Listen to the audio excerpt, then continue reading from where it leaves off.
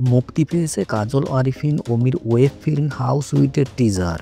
৫৯ সেকেন্ডের টিজারে এক জমজমাট বিনোদনধর্মী সিনেমার আভাস পাওয়া গেছে। টিজার দেখে গল্প সম্পর্কে আন্দাজ করা যায়নি।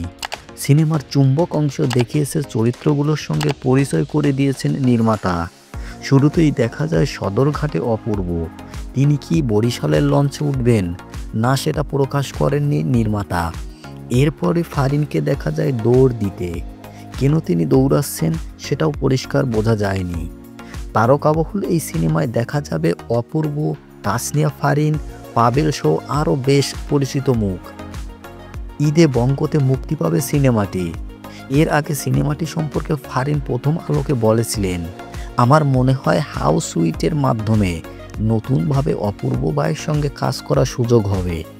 আশা করি বাণিজ্যিক ঘরানার একটি ওয়েব ফিল্ম আপনারা দেখতে পারবেন। ফারিনের সঙ্গে কাজ করা প্রসঙ্গে অপূর্ব বলেছিলেন, তাসনিয়া ফারিনের সঙ্গে আমার অনেক কাজ হয়েছে, অভিজ্ঞতা সবসময় খুব ভালো লাগে। ফারিন এখন খুব জনপ্রিয়, তাকে নিয়ে কোথাও গেলে ভিড় সামলাতে হিমশিম খেতে হয়। সব মিলিয়ে বলতে গেলে ব্যতিক্রমী কাজ একটি।